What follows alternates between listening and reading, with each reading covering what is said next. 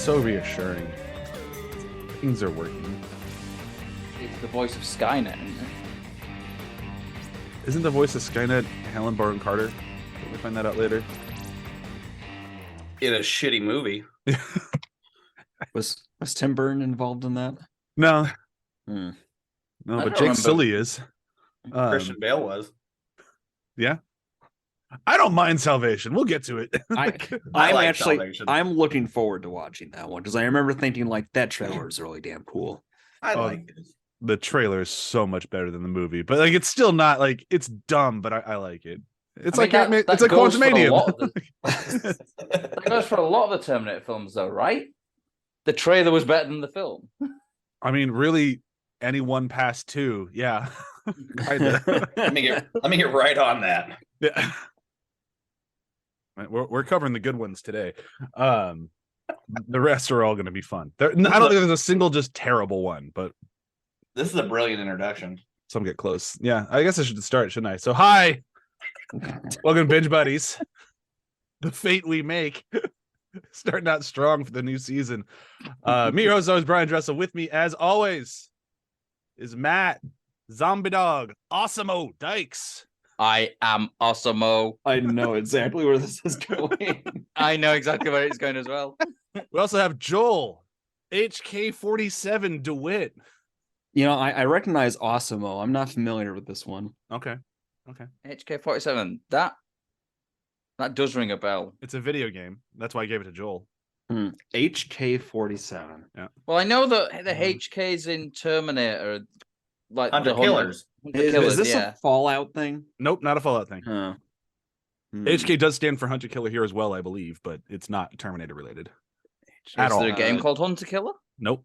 Horizon? Older, much older. 2003. Older. 2000 shit. 2000 shit. Jesus. I mean that year was 2000 shit. Yeah, it really was. So you were in high school. I guarantee you played it. Metal Gear. Nope. Just tell me. Knights of the Old Republic. Well, wait. No, I have not played that. I have not played that okay. game. I was like, I All thought right, you would have played all it, right. but okay, fair enough. Also, back for the next season, which we've never been able to keep a second co-host except for Joel for so long. We have Ryan, Rock'em Sock'em Robots Lootens. I am a glutton for punishment, much like the Rock'em Sock'em Robots. Can you guess the nicknames? I think you all caught onto it real fast. It's famous films, right? Yep, that's it. Famous fictional robots. There we go. Well, they're not all going to be fictional. This list. I has was going to also say real ones. Rock'em Sock'em Robots aren't fictional. Those are real. I mean, they're not robots. I've killed many of robots then. Yeah. No, I was very close. I didn't count this one as a robot, although I guess technically is, but I was very close giving Joel Mega Man. But to me, he just doesn't feel like a robot, but he's on this list. Just call him RoboCop then. Yeah, exactly. And then just call RoboCop Judge Dredd. Now, RoboCop, that's a video game I played a lot of growing up. I played a lot of the Terminator video game in a friend's house when I was growing up because I had Terminator 2 on the Amiga, and I always used to struggle with, I think it was the second level, which was basically one of those slot things where you got to move around to rebuild the Terminator's eye or something. Oh, right. Okay, yeah. And I could never do that. I had You had like a ridiculously low amount of time. You had like 30 seconds to do it, and it was like, what the fuck? it's that fun time in gaming where they're like, no, they need to pump more quarters in. This is an at-home system. Yeah. That's all we know how to code. You gotta love that time. Anyhow, so here we are. We are back. Sorry for taking that week off. Hopefully you listened to the end of last episode where I told you at the very, very end that there wouldn't be an episode next week. If you didn't, then I'm sorry. Then we just weren't there for a week. There's a young Miles Dyson who listens to this podcast religiously, and now since he didn't have a week, he's off creating Skynet. So this is your fault. If he listened to it religiously, he would have heard the end of the episode. That's true. That's on the listener if they didn't catch that. That's on Miles Dyson. He should just shut up and go make Cyborg. Anyhow, God, he's Cyborg. Yeah, The Wasn't Jean-Claude that Van Damme Terminator film? 3? I mean he's in Justice League. He's Cyborg's dad. Oh, There it is. right, yeah. See, I'm thinking Cyborg Jean-Claude Van Damme, which was a treatment. Yeah. Terminator, Oh wasn't yeah. it? So Was it? I think I so. think Terminator. Yeah. Yeah. No, Cyborg came out way before Terminator 2. No, the third one. No, it would have been 2. Would have been 2. Yeah. Either they way. wrote it as a sequel, and James Cameron was like, no. Wait, God. hang on a minute. Let me do I'm it getting myself. confused now because No, brains Cyborg... melted. Let's just talk about the movie we're here to talk about. No, I need answers. We're not damn going it. down the Cyborg road. I don't like Cyborg. I'm not here to talk about. I like Cyborg from Justice League, but that's we have opened Pandora's box. yeah. Pandora. Do you want to talk about Avatar? No, please. But it is a Carpenter, or not Carpenter. Cameron. I would totally watch Carpenter's Avatar. Just Oh, putting it out yeah. there. I would totally watch Carpenter's Avatar. I bet the score would be way better, and I actually like the score to Avatar, but Carpenter would write a fucking score for that. Anyhow, so one of my favorite movies of absolutely all time is next week's Terminator 2, but I am not a fool. I'm well aware that there is no Terminator 2 without Terminator, so we got to start somewhere. I fucking love this movie. There are a few movies, except for next week, that I think are like more engaging and amazing than Terminator. Terminator is one of those movies to me that you can watch and you can see all the money on screen. Like, and I mean that in like a both positive and kind of a hit at it, but like it works. Like, this was not an expensive movie. It was under 10 million. And you can tell like there's, it was at 6. I couldn't remember. I think so. Yeah. I have Wikipedia open and I just didn't feel like, oh, there it is. 6.4. Thank you, Matt. Yeah. And they ran out of money as well. So like there's so many shots in the film that were just basically done on the fly after they'd run out of money. So oh yeah, you can tell. Well, the the bit where Arnie goes and punches the window out. Yeah. On the car to steal the car. Mm-hmm. That whole shot was done in one take, and it was completely guerrilla filmmaking. They had a camera like in a van filming it. So it's just in the middle of this neighborhood, and they had a change of clothes for Arnold Schwarzenegger to get into as they drove up because people would have been calling the police saying someone's just stolen a car. But yeah, like that kind of brings like the joy of watching this to me. Like, we'll get into next week where like there's a lot of polish on next week, and this movie has next to no polish. This thing is very, very rough edges, but I think that kind of adds to the charm and kind of adds to that world of what you're watching. Like, this movie wears its mistakes on its sleeves, and I think that makes it a better movie. And we're gonna kind of get into that as we talk today, because I think this movie is just, as far as like sci-fi horror goes, this is like about as good as you can get. This movie is a goddamn masterpiece. And I'm excited to talk about it. Isn't it 100% on well. Rotten Tomatoes too? Is it? I don't really ever look at Rotten It Tomatoes. should be. I think it is. Hold on, I'll look real quick. I honestly think it is. I like the grittiness of the first Terminator film as well. It's got this, like what you were saying about the rawness and the rougher edges of it, and it feels there's this sort of grittiness to it, and you've got like Linda Hamilton, Michael Biehn, Arnold Schwarzenegger, all in very early roles, absolutely fucking killing it. In case you can't tell, I'm a fan. If we release the 100%. video version of this, you'd see the poster behind Matt. Yeah, and it's a wicked poster. Yeah. And then next to it, RoboCop. And V, don't forget about V. Yeah, V's on the other side. Like literally Terminator in the middle. Mm-hmm. It is 100% certified fresh with audience score of 89. So to me, that just blows my mind. But I think like for that time, it was perfect. Oh yeah. I mean, think about like we mentioned 6.4 million, and I think it made 120 million or something. Like it's on initial release, it made 78. Yeah, that worldwide, or it might just be domestic. I'm not sure worldwide. Yeah, I'm looking at Wikipedia. Yeah, I remember like seeing like worldwide. Maybe it was 78. I just think like in terms of like percentage of money back, I think it's one of the most successful Terminator films in that respect. I mean, it should be. I mean, 2 could have been, but 2 you can see so much money in 2. Like 2 is clearly like you watch that. We'll talk about next week. It's really tough for me not to just constantly talk Terminator 2, as it is my favorite movie of all time. But we will stick on 1, because 1 is, like I said, it's one of those things where like I can gush about 2 all day, but like it's not like 1 is this like ugly troll. It's a goddamn masterpiece, which just has to tell you how much I love Terminator 2. But let's kind of get started at the beginning of this thing, because this movie really does kind of come out of the gate swinging. And actually, I think most of the Terminator franchise does that well. Like, they know how to start their movie with a fucking bang. And this one, it's a little bit different than the rest of them, but it still does start with this very, very impressive, incredibly horrifying post-apocalyptic war scene. Go ahead, Ryan. I was going to say, you're not referring to Arnold's dick, are you? Because that was swinging. We'll get to that in a minute. That's post title card. I can't say that I caught that, but I will say I wish I had the confidence of a Terminator returning to the past and walking up to somebody telling them to divvy you their clothes. I mean, that's the thing. I know exactly what Ryan's talking about. It's as soon as you notice it every single time you watch the film. Then because it's just there, just flopping around. I was watching it with my wife, and I go, and here's Arnold's dick. Yep.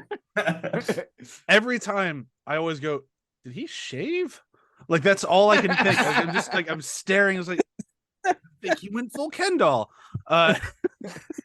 Hey, nothing wrong with a bit of No, manscaping. I am pro grooming. Take care of yourself. It's just he's a robot. Like I don't get why he would do it. Maybe he shaved a T into it for Terminator.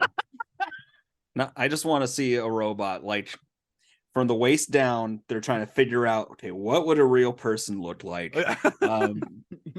I got to be passable. Are people shaving their pubes in the 80s? I don't remember.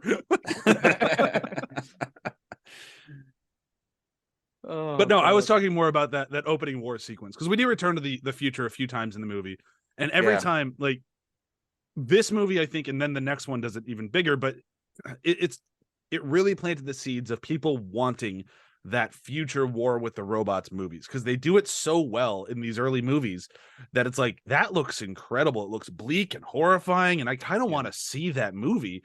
But at the same time, like I think later movies make it look more fun in the dystopian future. This one looks fucking horrible. Like very realistic. Very realistic. Yeah. Like it just looks like a terrible place to be. They really sell it. And they do it really well right in the beginning. And then they hit you with the Star Wars crawl thing of like in the future, people are sucky. And and then people aren't sucky. It's the machines. Machines are sucky. I wish you would have been alive back in the day just so you could have done this. Yeah. It would have made the movie 10 times better. In the future, people hide like rats. I think what they do really well with the dystopian future stuff is that it is a table setting device. It's to set the stage of what's going to happen in current day, and they don't linger on it so long where it feels like a lot of the drama's happening there. So I like as well how it kind of says like the final battle for humanity will not be fought there; it will be fought in our present tonight, and it's just like, whoa, that's a really good teaser for what's coming. And then immediately you've got the dun dun dun dun dun, and immediately as soon as that comes out, I'm going, let's fucking go! Yes, there's the theme song that pumps you up more than the Terminator theme. I don't know this theme. And I listen to a lot of themes. I was gonna say, like, I get into a lot of arguments, people, because like whenever you think of like best movie scores ever, you always like John Williams is like the name that always comes up. It's always John Williams, John Williams, John Williams. And I'm not trying to take anything away from John Williams. I know he's done amazing stuff. John Williams, like, an amazing composer, but that was really useful for an audio medium there. I'm not even gonna explain what happened.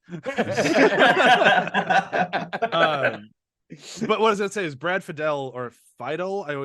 I never know how to pronounce his name. I always think it's like Fidel. I think. Let's call him Brad.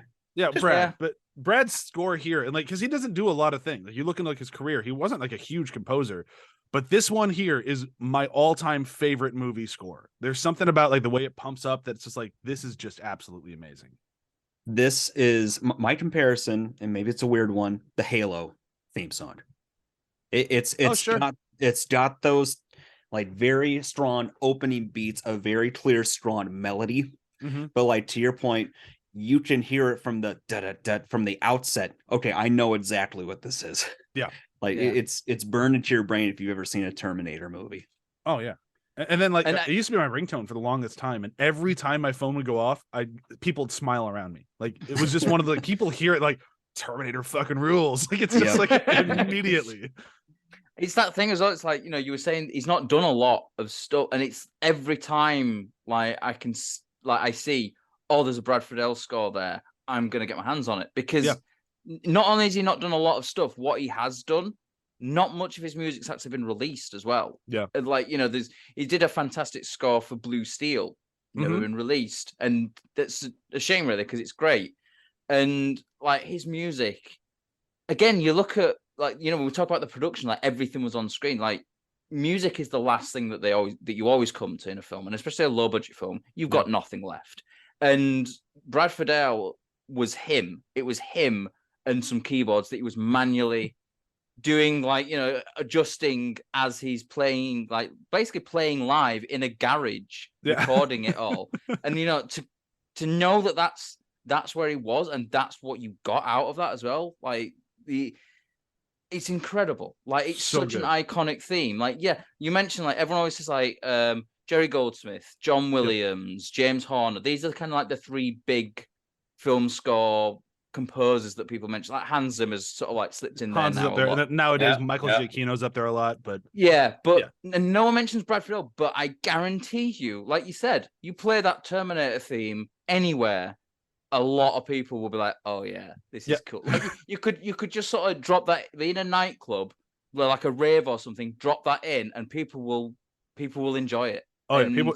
Dun dun dun dun dun. Oh yeah, they're like dun dun dun dun dun. Like, oh yeah, the Terminator. Yeah, it's just like you're at a concert and right before they're about to start, with the lights go down and then just. Oh yeah, you're ready to start fighting. Grab a gun. But like, and we'll start talking about the actual movie here in a second. But the one thing I'll mention about the score again before we move on is the thing that I think that makes it this, for me, the thing that makes it this like amazing piece of work is it's that mix of the bum bum bum bum bum. Like there's a fucking robot from the future here to kill a woman. It's insane. Yeah. And then you get the exact contrast of the like that very pretty music. And it tells you what Terminator, at least the first two, are all going to be about, which is insane fucking action, heart-feeling story. Like, like the music tells you with that, like awesome action, beautiful melody, and then the movies are exactly like that, at least in the first two. Well, just to go along with that, like, you know, it's the aspect of fate.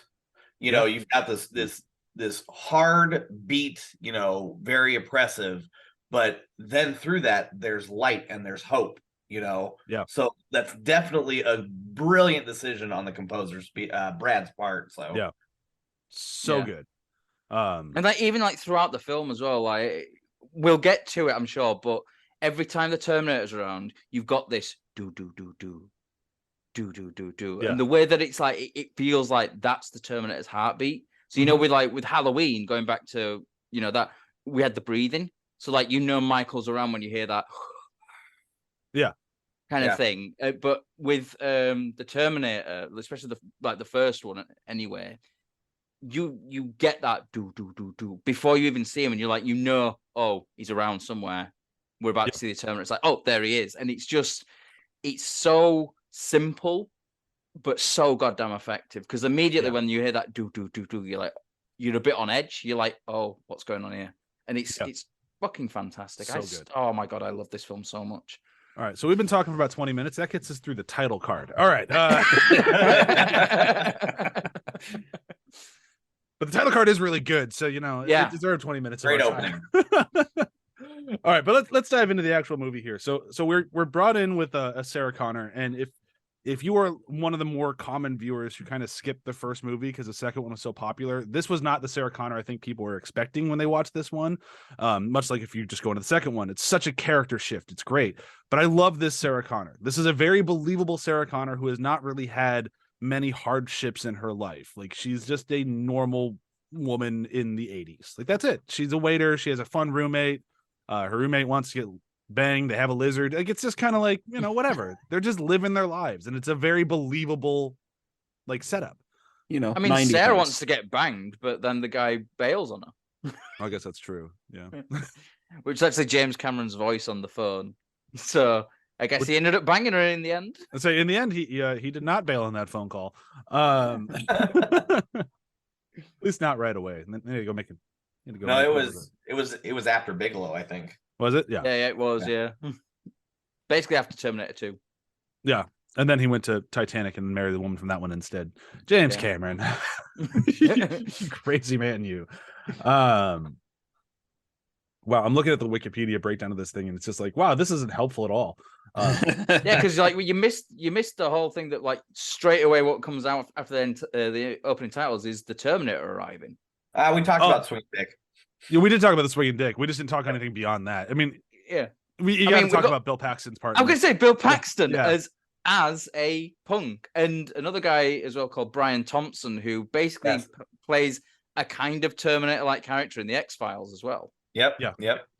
But Paxton is the only one that's ever been killed by a Predator, an Alien, and a Terminator. Yeah. He is the only one that holds that distinction. There's another one as well in there that he's been killed by us. I'm sure there was another one. An Avenger, I think. Probably. I can't remember who killed him in Agents of S.H.I.E.L.D. because I stopped watching that show. But either way, the opening of him coming in, like there's so many just iconic things in this thing that like it's just so good of just as Joel said, the confidence of walking up to somebody and going, while stark naked, give me your clothes. Like, yeah. And it's such just a cool scene because like I love seeing that, like the confidence of these idiots. Like, okay, yeah, you're gonna be very close. Can you fuck off? We have knives. I mean, yeah, you look like you're really built and stuff, but oh god, you're murdering him. And it's like literally your punches hand a hole through in his him. shit, yeah, and pulls out what looks like his heart. I think it's just a shitload of fake blood, but I always thought that's his heart in his hand, and he's just walking towards the guy with like, yeah, this is your friend's heart. Squish. You know, and that definitely goes to show too, because where you have this and you see just like it's very natural. Like he is driven by his mission and he could care less if he's buck naked. Whereas when Reese comes, he's hiding, he's cowering, you know, he knows that he's naked. So it's a very interesting dichotomy. Well, the thing that Terminator. The Terminator got a real soft landing compared to Reese. Yeah. Like Reese just got tossed out from the future. How do we know though? Because the Terminator could have ended up like landing like that, but he's the Terminator, so he'd have probably just done like the superhero landing. I was just gonna say superhero fall. Just literally land like that and be like, eh. But yeah, Kyle comes like a. Well, I remember reading, not reading. So in one of the behind the scenes thing, there's Michael Biehn talks about the landing, and it's like he's basically saying there was a stuntman laid across two ladders with a piece of wood across the thing about 12 feet in the air, and he just rolls off onto the concrete, like literally shoulders, hips, straight down onto the concrete. And that man's dead now. They got the shot. But I love like what you're saying with like the difference between Reese and the Terminator, right? Like the Terminator is very sort of like your clothes, give them to me, and Reese is very much like hiding and stuff like that. And it speaks to the environment he's come from as well. Yes. It's very much like, you know, I've got to hide and, you know, wait for a way to go. It's like it's so good. And like, you know, the homeless guy is like, hey buddy, you see a real bright light, and he's just like, yeah, I'll take you. Give me your pants. Which, man, I would have found some underwear before putting on the homeless guy's pants, but you know that's me. I mean, he's come from the future where he's been eating rats and things like that. That's I don't true. think He's got a low homeless guy on pants is fine. Low bar for cleanliness. I get that. Yeah. Gross. I love the bit like where he goes into the department store as well, and he gets all the clothes and stuff, and like those trainers, like that sort of like really cool shot of him in the photo booth. The photo booth, and you just see the feet come down, and then he's sort of like does like, I've got a pair of trainers just like that, and I like for about 6 months after I got them, I used to do that. I used to put them on, then just like slowly lower my feet to the ground, just go with the little strap. And Matt will go find a photo booth, take off the shoes, and put them back on. I mean, yeah. There is something about Michael Biehn in this movie though that I feel like does not get mentioned nearly enough. Like, because Terminator, like Arnold is here, and like this is not his first role by any stretch, but like this is one of the ones that kind of like solidified him as a leading man. Like this guy can carry a movie, and he's great. So you had the two Conan films, and then you had this. So like Conan were kind of like, you know. Well, don't skip over Hercules in New York, but yes. Yeah, but it was Arnold Strong in that. It wasn't even Arnold Schwarzenegger. That's where he lost me. But like, you had the Conan films, like, funnily enough, the Terminator was going to shoot earlier, and then Dino De Laurentiis read the script and was like, I'm going to make sure I get my Conan film out because they're trying to steal my star, because he saw how good the script was. Yeah. And basically, so they ended up having to postpone the shooting for like 6 months or 9 months while he went off and did Conan. Yeah, the Destroyer, I think the second was. This is definitely better than that. This was the film that basically, for an actor who his surname is so, like, how do you spell that and stuff like that? It's insane. Like, overnight sensation. Like, everyone knew the name Schwarzenegger.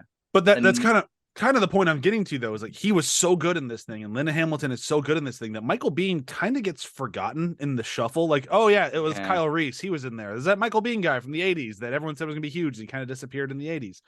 Like, there's this sort of like attitude of like, he wasn't the reason to show up. And I'm not saying that he is. I love Kyle Reese, but I get it. But Michael Biehn crushes this movie. Yeah. Like, he is so good. Like, he gave him that very clear direction. I don't have verbatim. But it was essentially like, you are from the future and you come from a war zone. So when you land in the past and there is no war zone, you don't know how to live outside of a war zone. Like, you've never experienced that. And that air of suspicion that he plays with is fantastic. It's so, because he's coming from a world where he doesn't know, like, a Terminator can show up looking totally like a human since they figured out flesh instead of rubber skin, and it's scary. Like, he doesn't know who to trust. He's coming from a future where you do not go out during the day. Yeah. And even when you're out during the night, you have to be very careful to not get spotted by the machines, because they will just kill you. I mean, you had that flash forward of the bit where they're blowing up the tracks, and that one resistance fighter gets spotted for a split second and just vaporized, blown up, like, basically, like, that the gun just immediately turns, goes, and she's just gone. Yeah. And it's oof. And I think what's really great is that it carries over into the way he handles Sarah Connor too, right? Because he doesn't use a soft touch when he approaches her. It is literally like, grab you, I'm gonna tell you what to do. It's very domineering, but you can understand in the context of, like, everything has to be a blunt force object when you're in that kind of future. So then it's hard to carry back into the past and be sensible like that. It's kind of like how the Secret Service react a little bit. Like, when they sort of like come to action, it's like, bundle them out there, get them going. It's like, just get them, move, go. And it's that sort of element of it is like, I have to protect them, and like, I'm just going to drag them and, keep myself between them no matter what. It is very, like you said, it's very sort of like domineering and like overpowering. Yeah. Matt, do you have a lot of experience with the Secret Service? We'll talk later. He's not supposed to talk about that. Yeah, I'm pretty sure that's a no comment situation. Yeah, I could tell you, but Matt, is this a psyop, this podcast? I've only met Matt 3 months ago, and even I know not to talk about that. I mean, we did meet 3 years ago. You just don't remember it. Oh God. We need to talk. Your programming's wearing off. Oh God. All right, so now that we've kind of got the characters introduced a little bit, the movie starts to get going, and the Terminator, like, this movie, we're going to talk about it for a while, obviously, but there's not a lot to this movie. The Terminator shows up, he finds a phone book, he's like, all right, I need to find all the Sarah Connors, all right, I'm just going to go in order, I'm going to start murdering you. And that's exactly what he does. And it has, like, in my opinion, one of the most, like, horrifying murder scenes in a movie, especially not in a slasher film. When he kills that woman, just like Sarah, like, they make fun of it in Scream 2. It's really tough not to mimic that when I start trying to mimic Sarah Connor. Yeah, Sarah Connor. Yes. Boom. And it's just like, Jesus Christ. It's not just once though, as well. It's like, he makes sure. Yeah, he shoots her once in the head. Yeah. She's on the ground, and then he basically empties the magazine. Like, one was enough. That's a 45. That one to the head. That head is mostly gone at that point. Yeah. But no, he's a Terminator. He's going to make sure Yeah. she's terminated. There's no chance of revival He's here. going to make sure she is hamburger. Yeah. I mean, before that too, like, so two things. Even when he's going to buy the guns, Oh my god, that is such a good scene. such a good scene. It was a plasma rifle. I haven't made that one yet. Just what you see, buddy. Yeah. But then, like, and when 9 millimeter. when he's sitting there talking about, oh, you can have the handguns now, but the rifles, and he's just sitting there loading up. You're like, oh my god, this is not gonna end well. Well, that's the thing as well. It's like he's totally fine, and then he's like he loads it because he wants it ready to go, and then it's like, hey, you can't do that, and it's like straight away, right, you're an obstacle, and I like that's how the Terminator acts. Like he's not there to kill everyone; he's there to kill a specific thing. But you get in his way, even the tiniest amount, you're a target, like because you are stopping him. It's very methodical, like a machine would think. It's like, oh, there's an obstacle here, I must overcome it. Well, I've got to make sure that it's not going to be an obstacle again. Kill it for me or something. Yeah, but I mean, to be fair, that guy was going to die no matter what, because sooner or later he was going to ask the Terminator for money, and that wasn't going to happen. Well, yeah, we know that he's going to die at some point, but it's just that sort of like the way that it's handled as well, and it's like I love the way that it's written and directed, and it's like immediately you just have like he just goes, you can't do that. He doesn't even try to stop him; he just says you can't do that, and it's like wrong. Yeah, but it also makes sense when you think like it's being driven by an AI system that isn't going to care about whether or not they're following social cues. It has one singular job. They don't care if it tries to fit in with it because they see it as this unstoppable killing force from the future in a way that the 90s couldn't comprehend. Yeah. And then the other thing I wanted to mention too is Cameron's attention to detail. We all know Cameron and how he enjoys to control everything. That's putting it lightly. But that attention to detail when the Terminator is looking through the book and he's using two fingers because he's reading all the names at the same time. Yeah. Very spot on. Oh yeah. It is a detail like you catch the second time because you don't really realize it. And then when you watch it again, you're like, that's even better. Oh yeah. And it's that thing as well, like you have Reese tears the page out. Yeah, because he doesn't have time to look. He's not like a Terminator. He can't do it. He's just like, right, there's circle on it. Like, okay, done. But Terminator doesn't need to because it's like it's photographic memory essentially. Everything that it's seeing is being recorded. Yep. And it can just re-access that. It's like opening a file on your computer. I mean, he's a walking, talking, murdering computer. Yeah. Yeah. But I really have to mention this before we move on. Because we've already covered this scene once before, back when we did Frisky Dingo, right? No one? Okay. Mr. Ford, he has to sell the guns to Valerie. Oh yeah. Oh my god, I'd forgotten about that. Yeah. It's like we've already done this once, a long time ago. And welcome to You Are Doom. Going way back.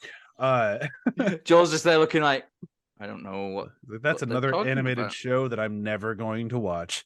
Not willingly. I mean, we've already done the show, so you're never coming around to it. Although you would like Frisky Dingo. You can watch the whole thing in like 5 hours. Yeah. I mean, probably less than that. Yeah, probably. Is there some sort of primer thing I need to watch before that? Before Frisky Dingo? No, you just need to dive in. You just dive in and have fun. Because it is one of the best written shows ever. It's so good. It is so good. You should watch it. Anyhow. All right. Or where are we at in this thing? He's killing Sarah Connors, and she's gonna see that she's gonna see the news thing that Sarah has been murdered. Yeah. And that wonderful coworker of hers, hey, look, you're dead. Like that's so 80s. Yeah, I don't feel good about that.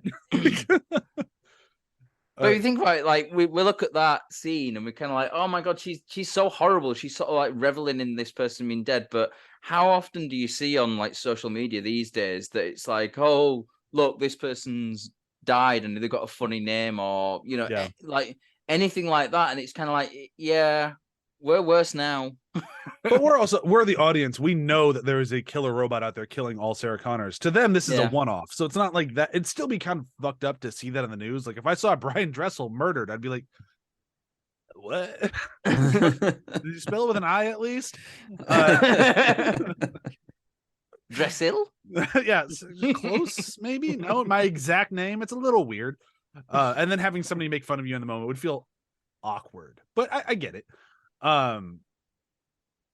But after that's done, then he kills the other one, and then now we're getting to the point where like both Michael Biehn and the Terminator hunting her, they both know there's only one left, and she needs to get the fuck away because she's also kind of figuring out there's somebody out there murdering Sarah Connors.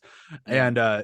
And that's where we're kind of leading up to what is arguably one of the best sequences in a movie, which is everything at Tech Noir.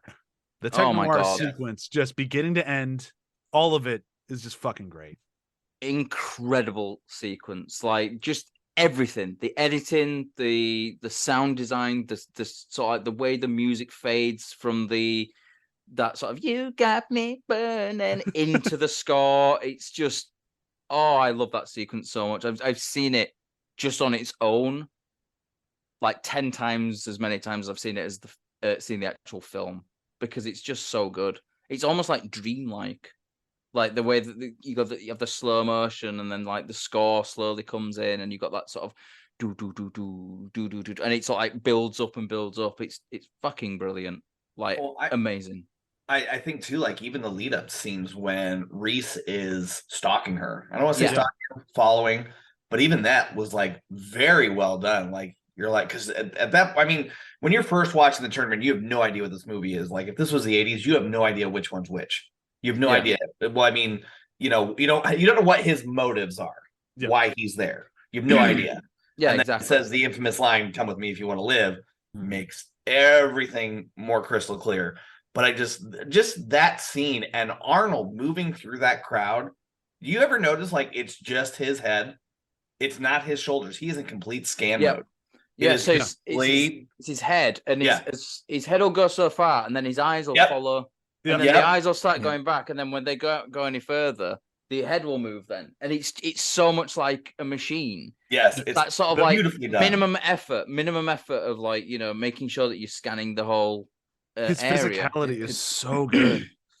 Yeah, it's all those small details that it's easy to lose track of, and you can see why people would joke like, "Oh well, how hard is it to act like a robot?"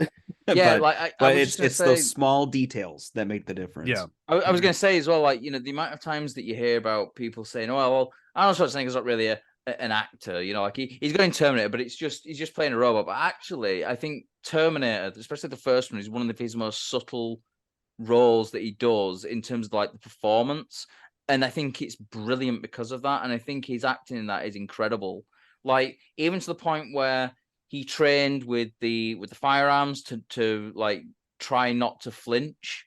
Like there's a few times where you do see it, but for the most part, he's not flinching. He doesn't look when he's reloading. It's very sort of like automatic, where his eyes are still on his target, and like a robot would. A robot would sense positionings of things like that, and it's all calculated and exactly how a robot would be, and I love it. The performance is absolutely incredible.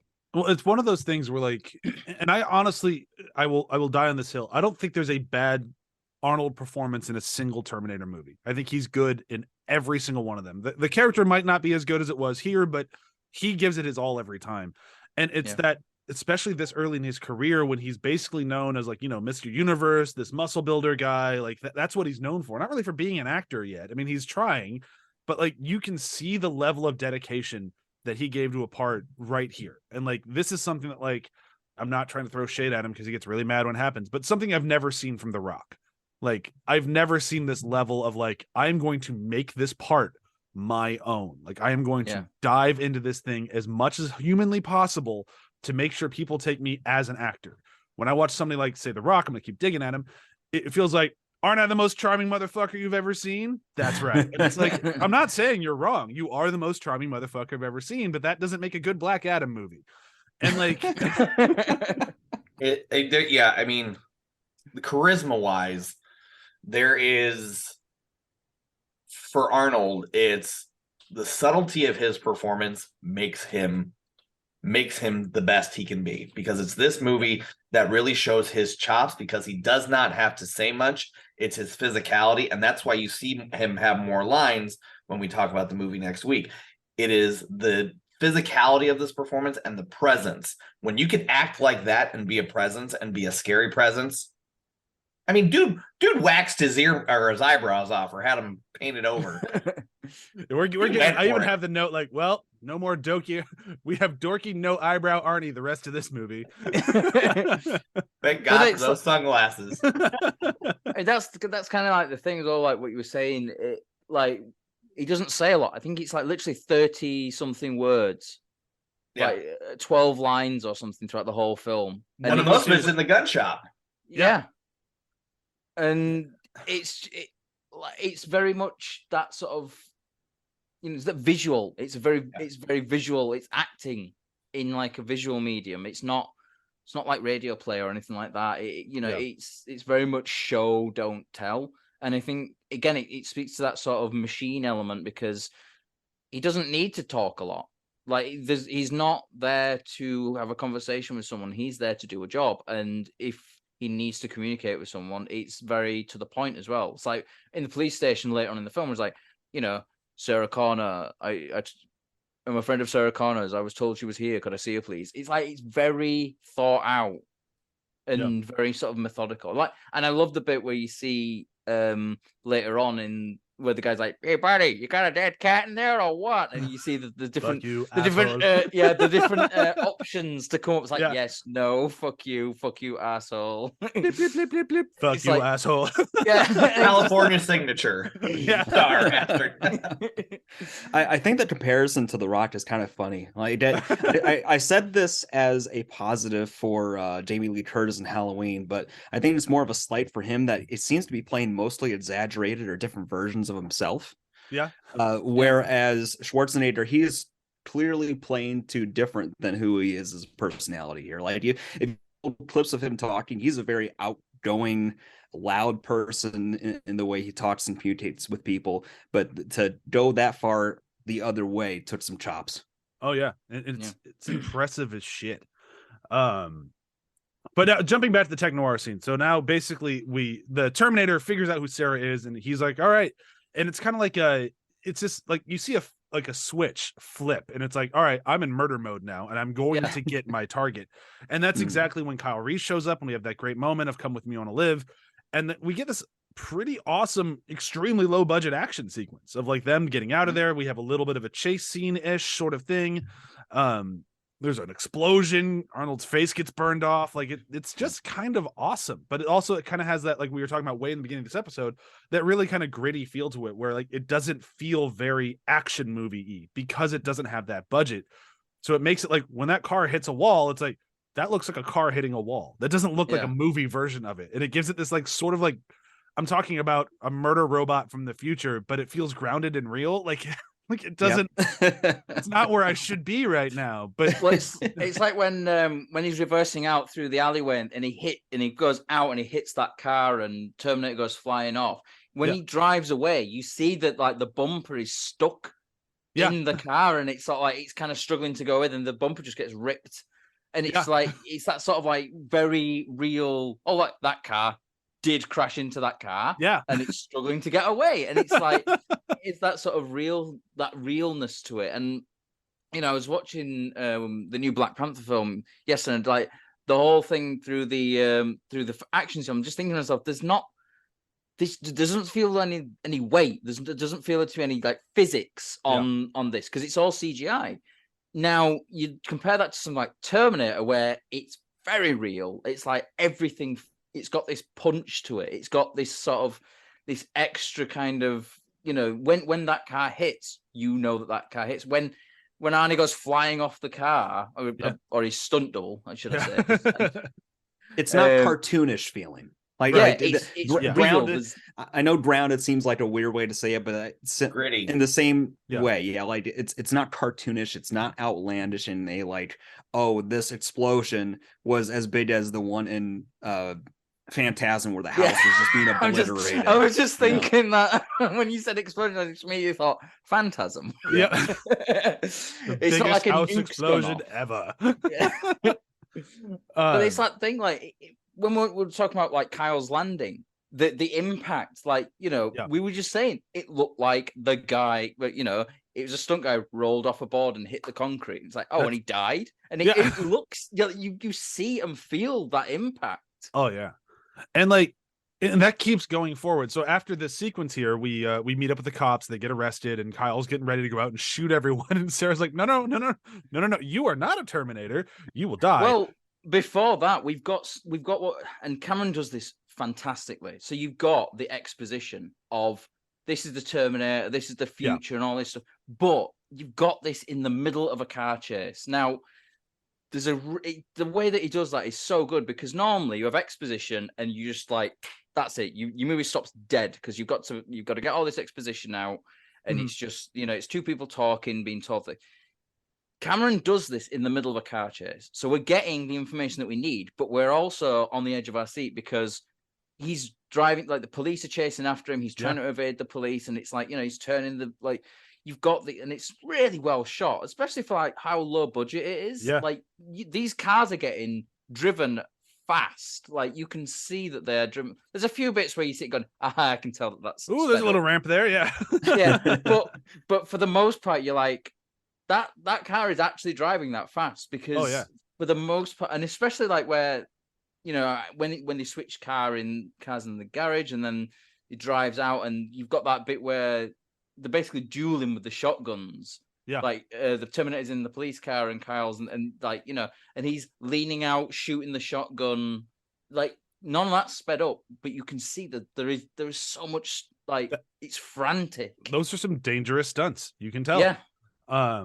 I was mostly trying to jump to the police station because we're almost at an hour. Like, we can't keep diving into every single scene as much as I would love to. Like, I know. This is what happens when you get a film that I love this much. I totally understand. Strap in for the 3 hours, guys. Yeah. It's a classic. when you have took a us classic 20 minutes movie, to it get past warrants the it. titles.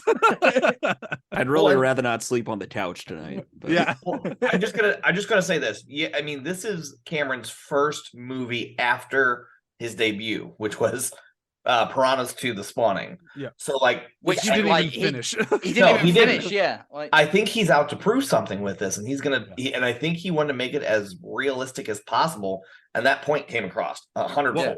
And that's why I keep trying to drive towards this police station scene, because like that for me is like, if you didn't find that the car chase and everything else realistic, Arnold walking through the police station and just murdering everyone is one of the most horrifying sequences. And I'm saying this in the future where we've had this happen a few too often times now. Like that's not really the case in the 80s. So it might be more scary to us now than then, but I still think it was probably damn effective back then, because this movie's one I of think the it would probably be ever. more effective back then, because we've seen these kind of like, there's so many films that have replicated this. Yeah. This idea of but like we've seen it redone so many times. Like this is probably the first time that you've just seen this force walk through and just annihilating police officers. Like they're there like shooting at him and it's doing nothing.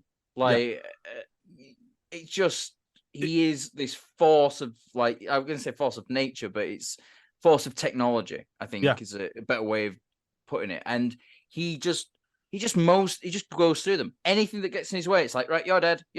Anything that's not in his way, he just leaves it. Like there's one that's like shooting at his back. He just doesn't care. He just walks away because it's not in front of him, stopping him. Yeah, but there's something kind of amazing to it too, where it's like you have all this just mindless murder, just like, oh, whatever, oh, okay, there goes another one. Oh, he shot at me. All right, getting rid of him. And like it does this thing of, it answers the question without ever even mentioning the question that you ask in every horror movie of, why don't you just call the cops? Like, just call the cops. Like, oh, there's a guy outside your house with a knife. Call the fucking cops. Like, why are you not calling? Just call the cops. And this movie answers that question, like, because they're worthless. Like, they're in the cop stronghold, and like even the police chief is like, oh, you can crash on my incredibly uncomfortable couch. Everything's gonna be fine. And then everyone dies. Like they all fucking go. Yeah. I mean, like, with the exception of the cops thing, you've got the she's tries to call him in Tech Noir. It's like, the 911 is engaged. I love that. If you need a police car, please hold the line. I mean, if you're in immediate danger, please hold the line. What? That is an American thing. That happened to me when somebody was threatening to come to my Starbucks and murder everyone there. Work at Starbucks in LA. It's great, guys. And I called the cops and they put me on hold. It's like, thank you, LAPD. You're great. Flashbacks. Anyhow, but the entire like the police sequence, like the entire police station sequence is great. Everything from Michael Biehn being interviewed with the psychiatrist who actually does come back and Yeah, 2 more Silverman. movies. Yeah, 2 more. Yeah. And my favorite thing about him is I know this movie was not made with T2 in mind, but he was smart enough to leave the door open for certain things to continue. And that doctor, that itty bitty detail of the second that Arnold walks in, the doctor looks away. He looks away the second he walks in, so he never actually sees Arnold. Yeah, like, you can tell it's a very much a blocking thing because it's like he looks at his watch or just something very obvious. His beeper goes off. Beeper goes off. Yeah, his beeper goes off. And it's like, oh. Yeah, and it's just like that exact moment. And it's like that means in part 2, when you have Sarah like, oh, like I had the robot from the future is trying to kill us, and he's like, yeah, there was a meth head that came to a place, but like it's not a big deal. Like you're fine. It's like because he didn't see it. He never had to experience it. And I like there's a nice little bit of detail in the when he's showing them the video back, and he says, I could make a career out of this guy. And then he does. And he does. He's making a career out of Sarah, because I never thought about it this way until literally just rewatched them back to back. And you have the bit, like, I know we're talking about T2 and I won't go into too much detail on that, but no mental hospital is going to be having videotaped interviews on this scale in T2. And it's like, he's making a career out of this. He's making some sort of documentary, or he's writing a book, or he's recording this for something. And it's literally like, it's such a really subtle thing of like, between the 2 films, like I can make a career out of this guy, and actually he does. And it's like, and I've seen these films fuck knows how many times. I've only just picked up on that the last time I watched it. I think I picked up on it like my second time through 3 when I was watching. Like, he did make a career off of this shit. This fucking guy. Well, just think, I wasn't quoting from the shadows back then, but I was just thinking that fucking guy. He goes from a police station psychologist to almost head of a mental institution. So yeah, it's great. The one thing we did skip over that I'm gonna go back to really quick is we skipped over Puppet Arnold. Oh yeah, the eyeball. Yeah, like where he cuts the eyeball out. Yeah, we can't miss Stan Winston. I know, like it's one of those like I there's that prop that the actual head is on display in the LA Academy Museum. I went and took a look at it. It's still fucking gruesome as hell to look at. But there's something both like. I think the puppet thing is where you kind of lose people nowadays, because like it's an amazing animatronic, especially for the amount of money they had. I know they've got fuck all money, and it's like, and it works. But there's no one that can look at that and go, "Is Arnold really doing this?" Like it is so insanely obvious that it's a puppet. It doesn't bother me. I think it works, but there is. I don't bother me at all. But I can see people nowadays being like, this is too much. This is the bridge too far. For 84, it was ahead of its time, and it was totally agree. Yeah, I'm not saying this is me. I'm saying I can understand why people bump against it nowadays. Well, those people are dumb. So like, sorry, listeners. During COVID, I had at work, I had this film club I was running, and we watched The Terminator as one of them. So we're having a discussion over Zoom, kind of what we're doing now. And was talking with someone, and someone was saying about that sequence with the puppet, and they're saying like, it just, I don't know, it looks really cheap, and it doesn't look great, and there's someone who was in it who'd actually seen it at the cinema at the time saying no, at the time, because this was like really revolutionary, and we were like blown away by it. And then I jumped in and mentioned, you do know that this film was shot on a minuscule budget as well. Wait, really? Because they thought it was like, Terminator 2 with a James Cameron budget. movie. Yeah. Yeah. But like, no, it was like tiny budget. So what they do with the money they had is amazing. Like, totally to the fact where people who were in 1984 were sitting and watching this were kind of blown away by how gruesome and how realistic it looked at the time. I mean, what I like to tell people is this is what James Cameron does with his money. Yeah. So then studios are like, take my money, go nuts. And he does. And then he's like, check out T2. Yes. You want to see these ideas with a budget? Here we go. Yeah. Well, that was the thing. His original draft for the Terminator had both the T-800 and the T-1000 in it. And there was like planning on doing the liquid metal with like claymation type thing, but he just couldn't get it to work, so then he just scaled it back. Good call. And, Good. well, yeah, very good call. But all right, so if we're out of the police station, we're kind of gearing up towards the end now, but we have to get Sarah and John, Sarah to have John, so Sarah and Kyle got a bang. In a very 80s montage. I'm gonna go on record saying James Cameron sucks at sex scenes. He doesn't have a lot of them, but every time they pop up, god damn it, they're awful. Like I am wondering, has he had sex?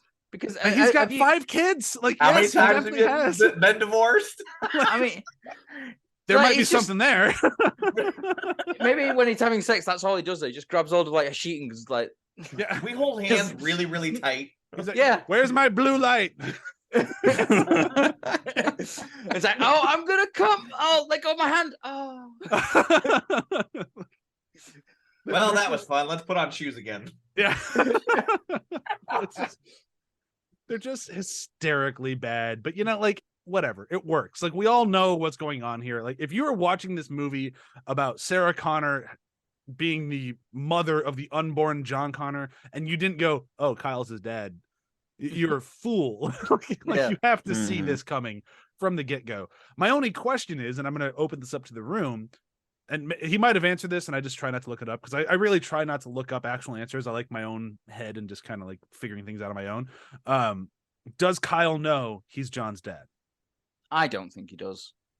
I'd like Yes. not at all. I don't. I'm I with think you. he does. I think he does. I think he does. Because he fell in love with her when he's looking at that picture. He's always loved her. So if he gets the chance, I think he knows it might be a possibility. I don't think he does, because I don't think he thinks what happens. I also think when he gets with Sarah, he's losing his virginity.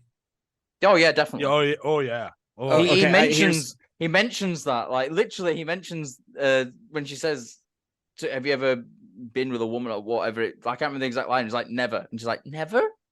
So I think my he take knows. was always he didn't know going into it, but by the end he understood his place in the picture. I And think I think he knew he had to die for Sarah too. yeah. Oh, I think he knew. Like, I think kind of like what Joel's saying. As soon as he landed and he met her, he's like, I see what's going on here. Damn it. It's like, Well, like, it just time has to to be figure one out of how those, much like, time I have left on this earth. yeah, I think I only had like 12 hours. This sucks. Like, but there is something to me. Like, I've always kind of thought there is that, like, kind of what Ryan was just saying, that possibility that I'm John's father, because John knows, and John tells Kyle, I never met my father. He died before the war. Hey, do you want a picture of my mom? Like, it has to be one of those, like, Hey, no, not you behind you need to go into the future, not yeah, but, and it's also just like, but the picture is what really gets me there. Because, like, could you just imagine, like, some guy slides up, oh, if Kyle doesn't want it, I'll take it. Get the fuck out of here, Bill. This is for Kyle. Like, look on the back. It says to Kyle. It's like he's got the picture going, hey, Kyle, you want this to look at in those lonely nights? Oh, yeah. I'm preparing you for a mission. You need to bang. I mean, look at this picture. You need to look at this picture and whack off. so, like, Seriously, dude, like I'm not gonna be around if you don't do it. so I think Kyle's smart enough to know that it is a legit possibility. Whether or not he knows it, I think, like, kind of what Joel said, as soon as he lands, he's like, this is what's going on. But I think he's also smart enough to know, like, he can't call it out. Yeah, It's one of those, he's like, I got to see if I'm right. And then by the time he's banging her, he's like, damn it. I'm going to die before the war. That's what happened. I think That that's wouldn't be acceptance. like, damn it, You know? wouldn't be what's going through my head if I was banging Linda Hamilton, to be Fair. fair. Post-coital. Yeah, Well, it'd definitely be like at the end, where, like, after that, when all cuddle up, just be like, oh shit. I think after the whole coitus. Thank you, Big Ben. No, I think after the sex scene, he realizes that, okay, I have to die to protect her, because I have to. That's the way the future is written. I think that makes him a little bit more prone to do the hero things that he needs to do. Like when he gets injured, which I'm sure we'll get into, Yeah. he's still like, no, we have to keep pushing on. This is not the end. We have to keep going. And that's why he lets, and I think that through that, he realizes that Sarah's going to get stronger. Like when she says, get up, soldier. Yeah. Mm-hmm.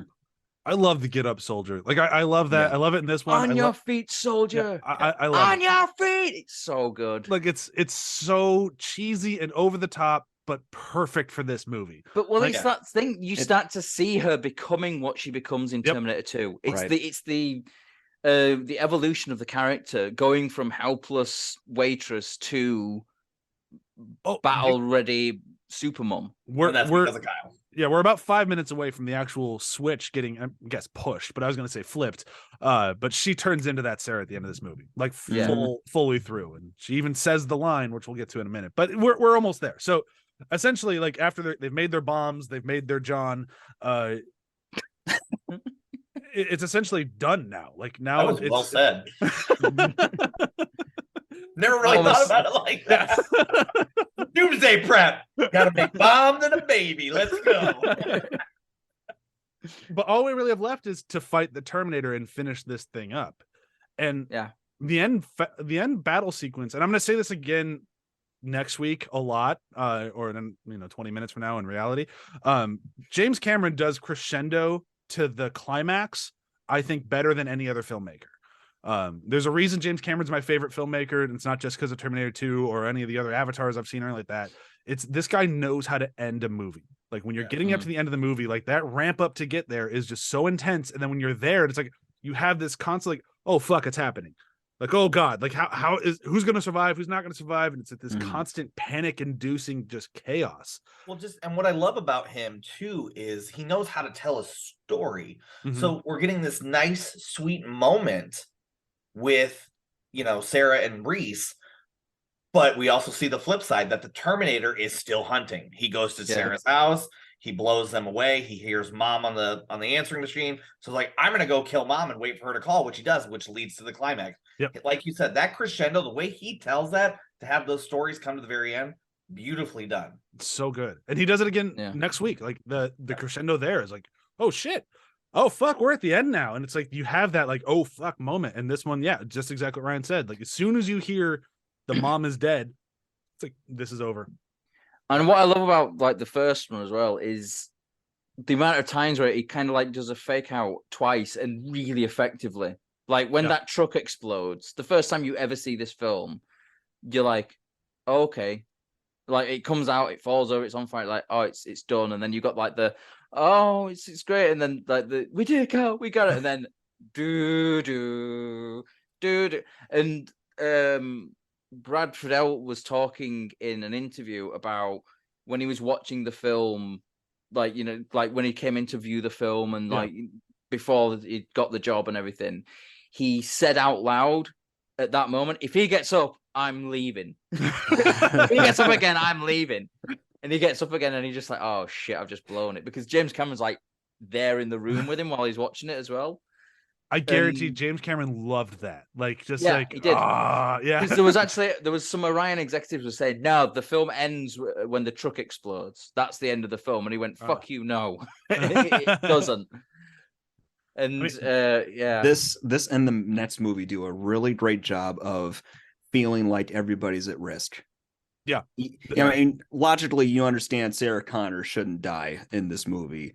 But even her, there are points where like the stakes feel so high that the feeling of danger is there, where you have an inkling of doubt. Yeah. But that's the glory of what you have this twosome with Kyle and Sarah, and you know Sarah's not going to die, but that's where the audience realizes after they have sex, like, oh shit, Kyle's going to die. Yeah. So like, and you're just waiting for it. And then Kyle slowly dies over the next 20 minutes as he just keeps getting more and more injured. And by the end, like when the truck blows up and we have the actual just, skinless Terminator coming out, which looks fucking awesome. And Sarah's like, get up, Kyle. And you just kind of, I'm dying here, man. Just fucking let me roll over. Well, it's the bit as well. What's really cool is like he is so fucked up by the end, and he's like, you can see like there's blood all over. He's barely able to, and then he goes toe to toe with the Terminator because he's still trying to, and it's just like the Terminator hits him once, and he's down on the ground, and it's like it calls back to that thing what I was saying earlier on about the weight and the sort of like it's got this punch to it of like these practical effects, and you see him get hit once, and it's like, oh my god, and like you see like his cheekbone is all fucked up and everything like that, and it's like, yeah, that's what it would be like. You know, I mentioned like a Marvel film earlier on. It's like one of the things that does my head in about Marvel films is, yeah, you have all these amazing sort of effects, but then you just think Iron Man, for example, it's like Tony Stark inside that suit is going to be soup. Like the amount of impact and like, you know, you can put all the sort of like pressure dampeners and stuff like that on you want. Some of the stuff that happens to him, he is soup. Like it's a very different Marvel movie. But it's like that would be the realistic one, and that's what I mean. It's like you just like with those kind of films, it's like, oh well, I can just, there's no stakes here because there's no real physics. But with the Terminator film, especially this one, like when he gets hit and he's just down after one, it's not like he's doing like a, oh, well, I'm going to take you on, I'm going to punch all day. And it's like he's hitting him with this, hits the Terminator over the head a few times with that pole, and the Terminator just like, it just tilts its head and just goes once, and he just on the ground, and it's like, yeah, that's what a hyper alloy combat chassis would do to a human body. But he does, he gets his bomb in there. He does help. Do you think that was a sacrifice play? And I think like Michael Biehn sells that so well as well, because he's so struggling to get that bomb out of the bag, and then he just like can be useful. He just like rams Do you it guys in. think that was the sacrifice play? Do you think that's him accepting? Yes. Yes. 100%. He's like, right, well, I need to save her. I'll take him out with me. Yeah, because it's like there's no way he can get away, or at least really. Half. Yeah, he'll Terminator. take him half off. Yeah. But then we get the final sequence of Sarah trying to get away from him, and it's just so fucking good. Like you have this whole like she's getting far more like battle hardened. Like she's starting to figure this shit out. She's figuring out that she is a goddamn survivor.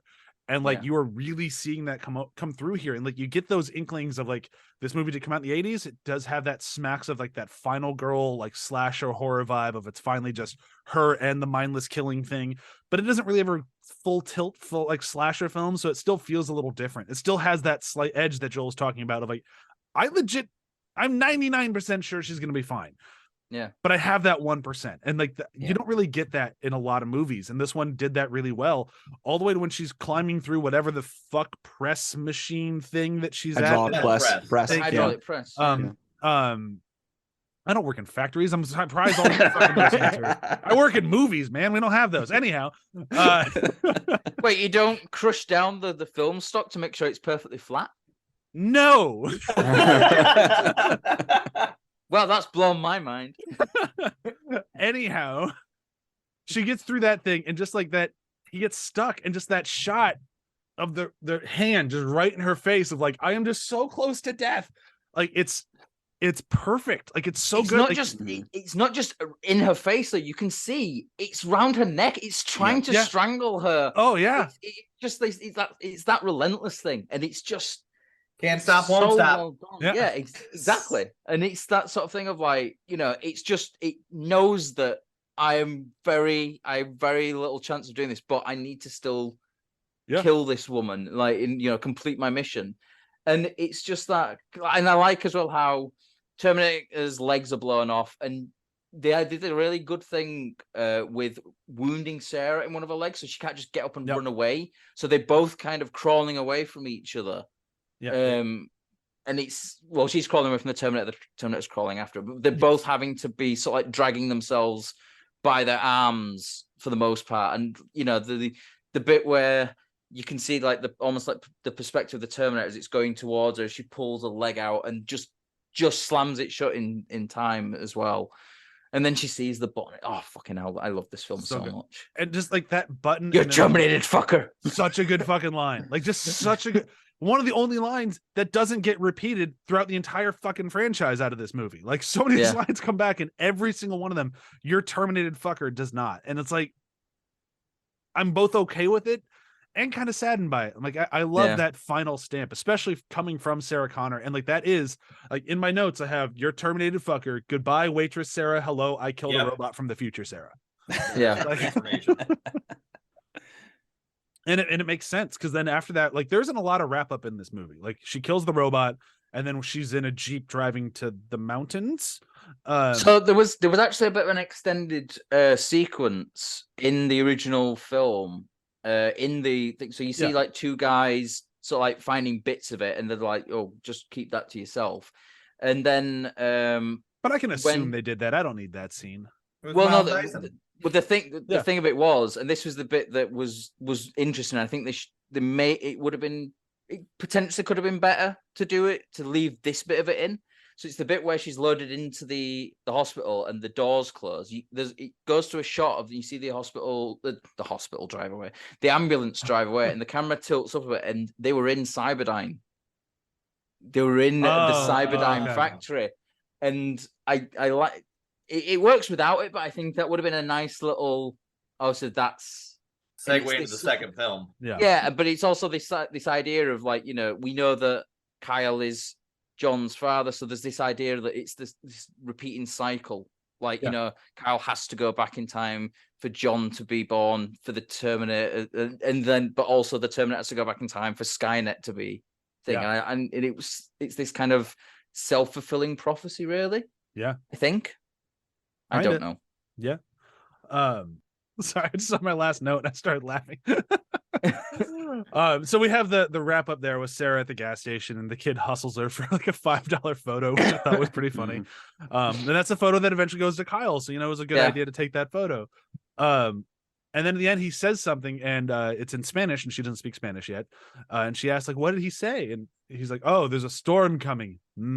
I know, and it's this very picturesque thing, and I wanted the second line. Like, I really wanted the next line of like, "No, an actual storm. Put your roof up, dumbass." Like, see, I always thought the second line would be, "Well, if you know, why the fuck did you tell? Why did you get me to translate it then?" Yeah, not everything's metaphorical, Sarah. But again, that shot of her driving off in the distance, totally like no permits, like guerrilla filmmaking, and they were setting up the shot on the desert road. No cars had been by in like the 2 hours that they were there. All they needed to do is get this one shot of a Jeep driving. What did they see? A little dot in the distance of a car coming. And what car was it? A police car. Fucking hell. And then they were like, you know, you shouldn't be like having your camera in the road here. Oh, by the way, can I see your film permit? And they just off the cuff were like, because one of the effects guys, his son was there just helping lugging things, and it's like, you know, officer, it's just a student film. My son, we're just helping him out. And he's like, "Oh, okay. Well, you can't have the camera in the road, but I'll go hold traffic for you." And it's just like that was what the little stories from the behind the scenes is one of the things I love the most about this film, is like how hard it was for, like, you know, for them to, like, they run out of money. So it's all these things, like, you know, the shot of the door opening. At Sarah's apartment, and like seeing the Terminator's boots, they were a pair of Gale and Hurd's boots, I think, that they spray painted black. Because they didn't have the original costume.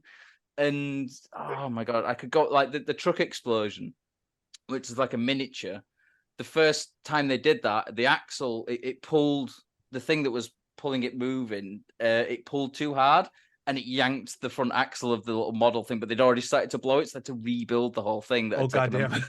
6 weeks to build, and they had to do it in like 36 hours, rebuild it and reblow it up. It's just all those little things. It's so fucking good. It's just a movie that was made against all odds, and it's just so good. And it's what I think a man's career. Yeah. Wait, what launched 3? Many careers. Yeah. Two major careers, like James Cameron and Arnold Schwarzenegger, Linda Hamilton, kind of, but Stan Winston as well, I think. Yeah. That'd be a third for me. Yeah. And I think we haven't really talked about Stan Winston that much, but I do want to say his work in this film, his designs, and he was going a lot of Cameron's sketches, but the designs and the ideas, like, you know, that the actual Terminator that you see when it's actually moving around, that's not stop motion animation, stop motion. That was Stan Winston's idea of like doing half of the torso and putting it on someone's shoulders. And it made the movie that much better. Like, it's such a good call.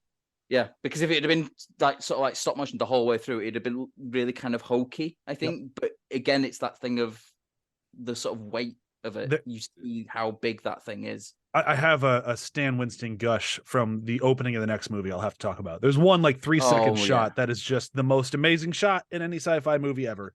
I think I know what you're talking about. And I will die on that hill because it is the most amazing shot in any sci-fi movie ever. Does it involve a foot? It does not. It involves 3 Terminators, one in the foreground, one in the midground, one in the background. Yeah, amazing.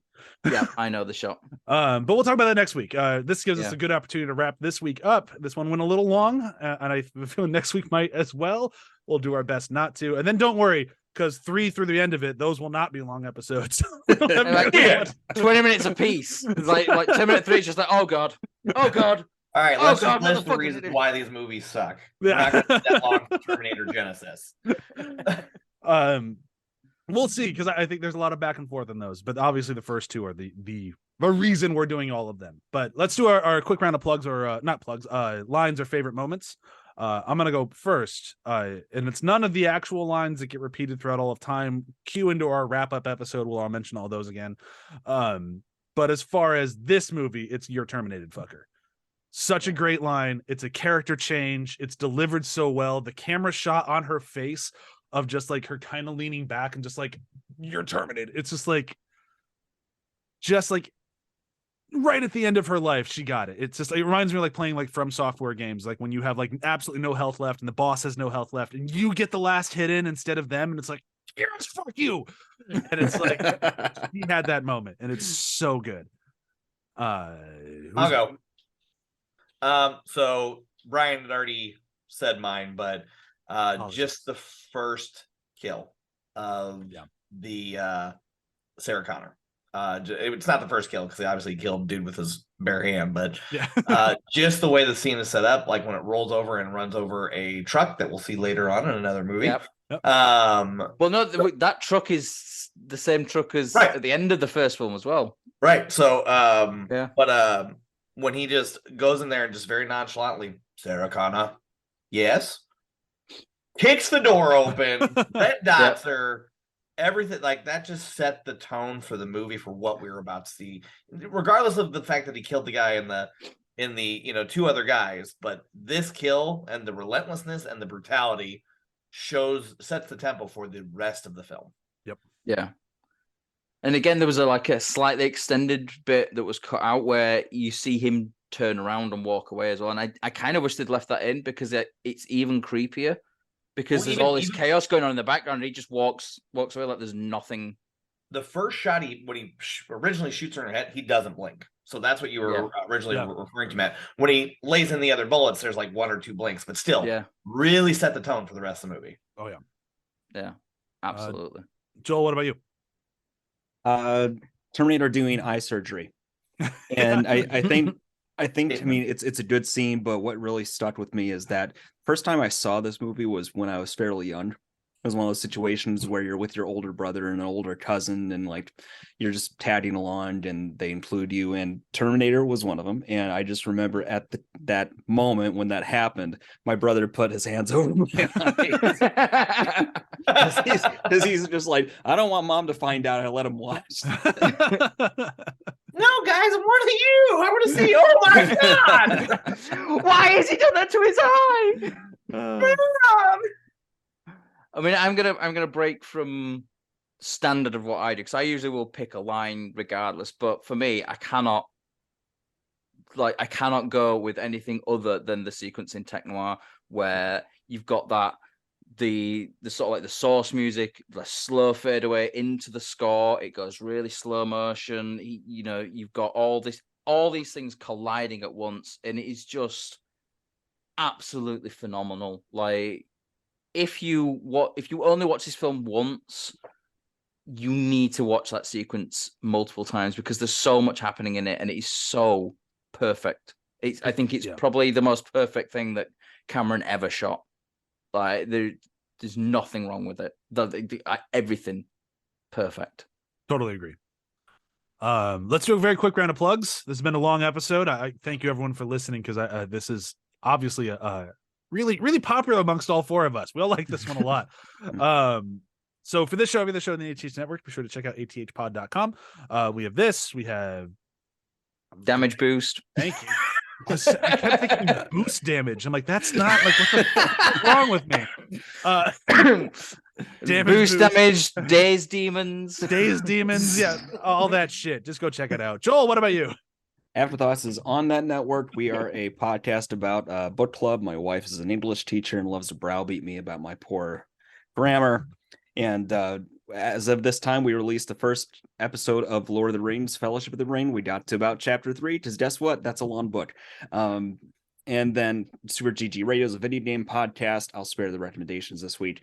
And then we are also part of the Podcast of Us rewatch podcast for the Last of Us TV show. I have not been on for a few episodes, but it seems to be doing well so far. So give it a listen. Ryan, what you plugging? So I am part of the Front Row Network. I host the Flashbacks channel, where we go back and look at movies from the 80s, 90s, and early 2000s. We just wrapped up our Oscar episode for February, where we looked at Rain Man, which won Best Picture in 88, or for 88. And then I do guest spots, I guess, on the Podcast of Us. I haven't been on in a hot minute. So hopefully I'll be able to do it after this Sunday. And then it is award season at the Front Row Network, so I've been doing all that stuff, and I am the awards guru. So I did the Oscar forum there, and we got another Oscar forum coming up to talk the last 5 movies. But yeah, that's it. Cool. Matt, you got anything to plug? Well, I did a review way back when of a like a graphic novel, the Boom Bandits. And I've actually been sent the second issue, so I'm gonna read it and write up a review of that one at some point. So yeah, looks very good. I've had a quick flick through it, and yeah, the artwork is pretty stunning. So yeah, I'll be doing something on that at some point. And then there's the other podcast as well. It's coming, guys. I swear to God, it's coming. Life is tough. I get it. I pass no judgment on people not being able to launch podcasts when they originally said to. Like, so many of my shows took way longer to get out of the gate than I thought they would. So it'll definitely be out in January. What year that is, I have no idea. All right, we'll start holding our breath.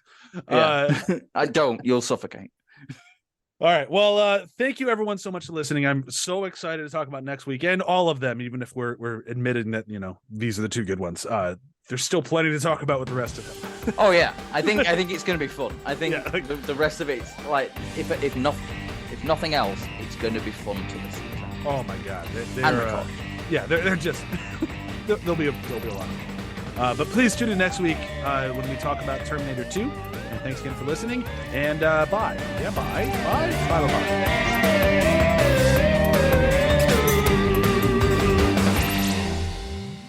I'll be back. Why didn't I think to end with that?